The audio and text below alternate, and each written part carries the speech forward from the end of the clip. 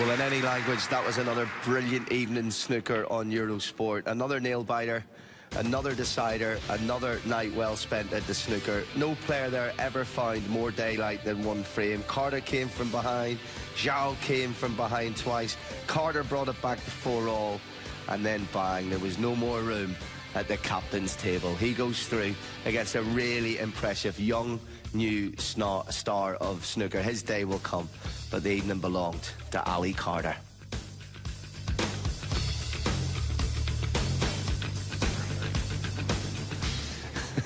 Let's have a look at what's happening on the other tables.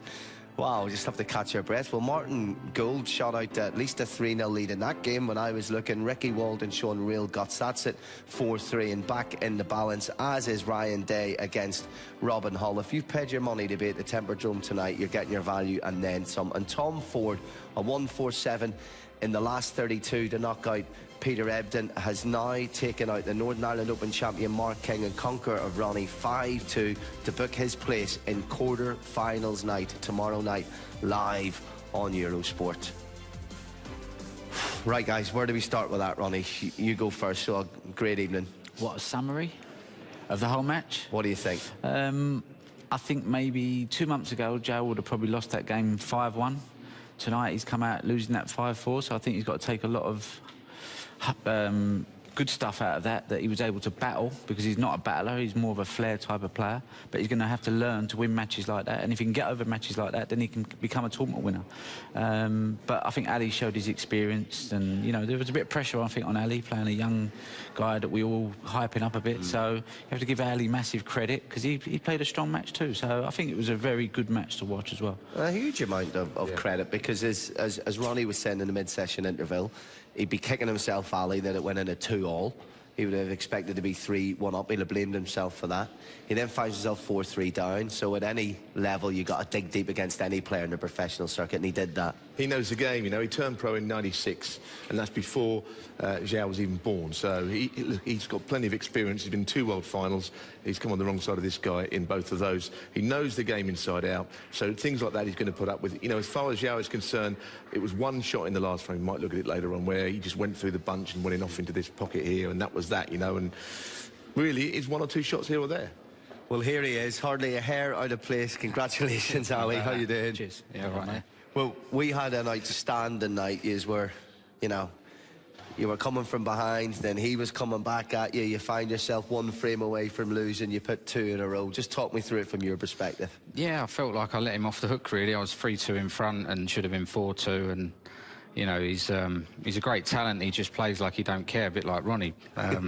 You know, he's got all the potential there, definitely. But I knew I had to play to my strengths. You know, I heard what Ronnie said. I've got to play to, you know, hard match snooker against him, and you know, I just my experience won it in the end. Really, that was about it. Do you think that's what it was? Maybe saw it in frame 2, for example. You know, that moment, and it was just those little key moments where the amount of hours you spent around the table paid off. Yeah, I suppose so. Yeah, I played a good shot here, really thin safety. My safety was good all night, really, and that's what won me. I played a good couple of good shots in the last frame, swung it round the angles and stuck him behind the yellow. Those sort of shots, you know, win the game, really. I know you've got to pot the balls when you get in, but if you, you know, mess those sort of things up, then you get beat easy. Jimmy was so excited watching the last frame. He was dancing up and down. What a brilliant... you know, he's one of these type of players, you know, you don't want to leave him anything, do you? You know, especially the case game, the 9th frame. The red he's potted to go to each of you. You want him to go for that all day long, don't you? But, you know, he's a great talent. I think, if anything, he hits him a little bit too hard when he gets under pressure, you know, like he tried to smash a red in there. And the red, the last game where he's gone through the pack and White's gone off, there's no way you have to hit it hard, do you? No, you know? The table's like glass, but I mean, I said I let him off the hook at 3-2.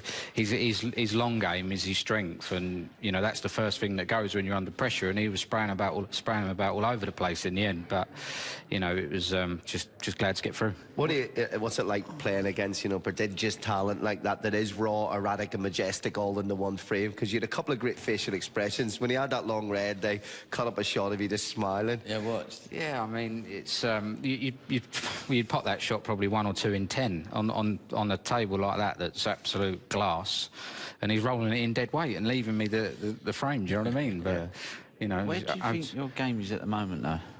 Because you're a tournament winner. And we're Yeah. sitting here looking at the draw and we're thinking, if you play your game, we would all fancy you to get through there. So where do you think your game is at the moment? Do you feel like you're playing well enough to get to the final? Yeah, I do. Yeah. I think I do. I just putting myself under a bit of pressure maybe, and got to try and loosen up and getting in the way of myself a little bit when I'm getting in winning positions. But you know, like I said, I've dug it out before and I've won tournaments. I'm a bit of a grafter now, so you know, I feel like I can do it all. I can dig it out and graft, or I can sort of like score heavy. Yeah, but winning a match like that is a really dangerous opponent, you know, because you don't really know what he's going to do, you know. So, like, to dig deep from 4-3 down now, you must think you can win the tournament. Yeah, I mean, I said to my missus on the phone earlier, I said the draw's opened up. Obviously, Ronnie got beat. I'd have met him in the quarterfinals. Robertson's got turned over today. You know, Judd and John Higgins are not here, so you know, it's like I said, it's open, but you've got to put the balls to win, and you know, that's not always easy. But even though you've mentioned, sorry, no, that can actually add more pressure sometimes when the draw opens up, doesn't it? Hang on, all these guys are going, this is mine now, and you think, oh, you're going to be the next one. You can go the other way, yeah, can't it? exactly. But I mean, you know, I know I've won tournaments and that, but I'm not one of the big favourites in an event. But you know, sometimes that's been a nice place to be. But even though you've mentioned all them names like Higgins, Trump, and not in it, you still must fancy winning tournaments if they're still in the draw, surely. Yeah, of course I do. Yeah, exactly. Yeah. So maybe it's not a good idea if you look at the draws. Just go and play the balls, and you know, get your name on that trophy. Cause, well, that'd be nice. You're class act. So cheers. You've done that already. Yeah, exactly. You've done that already this season. You know, it's like the winter ranking tournament this season, and there's been a lot of, you know, going deep into tournaments in the third rounds and stuff. So is it a season that on the whole, like the guys have been saying before the game, you know, he's had a good year, but at the same time, you know, the potential's there to have a brilliant year? Yeah, definitely. I won a tournament early on, and the boys will tell you that when you get one out of the way early on, you think, yeah, I want to kick on now and win 2 or 3. But they're not easy to win, are they? And you know, like I'm in the quarterfinals now, just one ball at a time, and just see what happens. What's your perspective like, that one thing there? Because obviously you've had 2 really big illnesses that have set you back, and you're still here fighting. You're still successful. You know, a lot of players would love to have your CV. But as your perspective on things now, because you look relaxed, you look comfortable, you look happy with things. You know, obviously I get a little bit annoyed when I let myself down and don't play well, but with regards to, like, coming back, obviously I dropped out the top 16, and you know, I dropped down about 30 odd in the world, and I just said to myself, look, you know, forget the illness, forget where you have been. If you're good enough, you'll get back in the top 16. If you're not good enough, you won't. Perfect attitude. And I thought, I set myself a little test, if you like. I thought, well, come on then, yeah, if I'm good enough, we'll get there. Don't worry about it. And it only took me a season to get back in. So. And listen, that is as big as any tournament win. That, I'm sure, is pleasurable as any trophy you can live above your head. That, you know, that personal dedication, that fighting back, you know, that goal that you set yourself and reaching it, it's worth more than probably any check in the back pocket. Yeah, Don't know about that one. Yeah, well, yes, steady on. He likes it ready too. Let's have a look at some tweets coming in. So we try in Eurosport Alley to make sure everyone watching can get involved. That screen's way too far away for me to read. Xintong will be a world champion in the next 3 years if he cuts out the rash shots. Exciting player to watch. Great for snooker. Well, I mean, I think, Michael, that's a sign of how excited people are to watch it. Is he kind of maybe a little bit like when Judd Trump first came on the scene? Is there, I mean, Neil, you were saying a few similarities maybe? Well, Judd Trump's not won the world title yet, and everyone said he would, so you can never say that he is going to win it. He could win it, but 3 years might be a bit soon. I don't believe talent's enough to win a world championships. I think you need a lot more than that. If that's all he's got is talent, then he won't be world champion. He's got to work hard at his game. He's got to be able to do it under the cosh, and you know, he's got to become a more balanced player. I think, you know, you can't pot your way through every match. Impossible. But as you said, you know, he's improved in like 3 months. You know, when you know, if he'd have played Ali how he was playing 3 months ago, they lost 5-0, 5-1 You know, but he's competed in most areas, and he's finding a good cue ball when he does play a good safety shot. He's getting the right line, so he's improved. And everything. I think 3 years, but who knows? You know, he could go and win it. He's can't win the next 3 years. Ronnie's winning next year. Ali's winning the year after. The whirlwind's winning in 3. You're not playing again, are you? He'll be getting his cue out if he thinks he's going to win. No chance. I think anyone, to say anyone's going to win the World Championships is a big statement. Yeah, absolutely. It's good fan tweet, so I love it. Hashtag German Masters, they come straight to us. Well done, my friend, the captain. That's you, my friend. Is that me? Nice, through to the quarters of the German Masters. Happy days. That's from David. You know David? I do. He's a Eurosport man. Happy days. Okay. Well, aren't they all? Aren't they all, Ali? So you get to be involved in what Ronnie says is one of the best nights in the snooker calendar, quarterfinals night at the Temperdrome in there, all 4 tables going buzzing. You know, that's what it's all about. That's what all the hard work's about, isn't it? Definitely, yeah. I'm one of the lucky ones. I haven't got 2 matches tomorrow. I've only just got the 1 to play.